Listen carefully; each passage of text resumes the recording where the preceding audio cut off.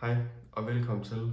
Det her bliver starten på en helt ny videoserie, hvor jeg vil tage en konto fra 0 kroner helt op til 10.000 kroner, og så se hvor hurtigt jeg kan gøre det.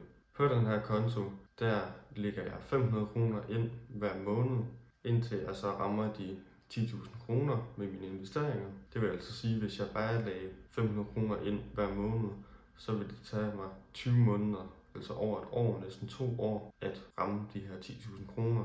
Så med mine investeringer, så håber jeg selvfølgelig på, at jeg kan gøre det hurtigere end det. Jeg håber lidt på, at jeg kan gøre det inden for 12 måneder, hvis ikke før. Men nu må vi se, hvor godt det ligesom kommer til at gå.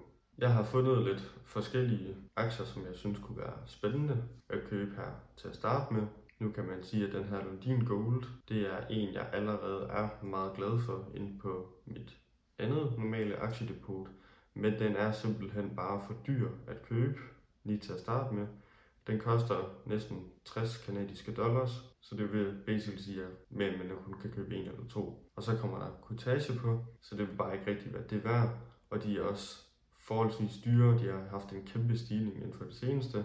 Så sandsynligheden for, at de lige vil falde lidt, den er rimelig stor, synes jeg selv. Og derfor kommer jeg ikke til at købe den.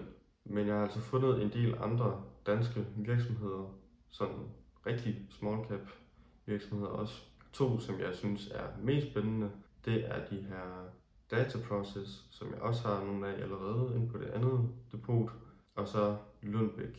Data Process, de er en IT-virksomhed, som har et kæmpe vækstpotentiale, men de er også rimelig dyre lige nu. De er allerede stenen, lad os lige se, jeg mener det er 54% i år. Ja, 50% i år allerede, hvilket også gør, at jeg måske er lidt for bange til at investere i dem lige nu. Det skulle ikke undre mig, hvis at de bliver ved med at stige, men jeg vil ikke smide alle mine penge ind i den her lige til at starte med. Og så har vi derimod Lundbeck, som simpelthen er faldet næsten 29% i år indtil videre. Det er også nogle, jeg har haft før, og var relativt glad for. Så jeg synes, det er en rigtig fin aktie, også med fin vækstpotentiale her i de næste måneders tid, nu når de er faldet så meget på det seneste. Og de kommer altså også ud med deres Q1 for 2025, deres rapport dertil, her den 14. maj. Så jeg synes, det er 2 ekstremt spændende aktier, og det er altså også derfor, at det er dem, jeg har tænkt mig at købe. Så jeg vil lige købe nogle af dem nu. Som I kan se nu, så er de 2 handler altså kørt igennem. Jeg købte Data Process til 9 kroner, og så købte jeg Lundbeck til 29,46 kroner. Så jeg har altså købt 10 og 20 styk. Så nu står de altså herinde på min konto, de 2 aktier, og jeg har altså 25 kroner tilbage at købe for.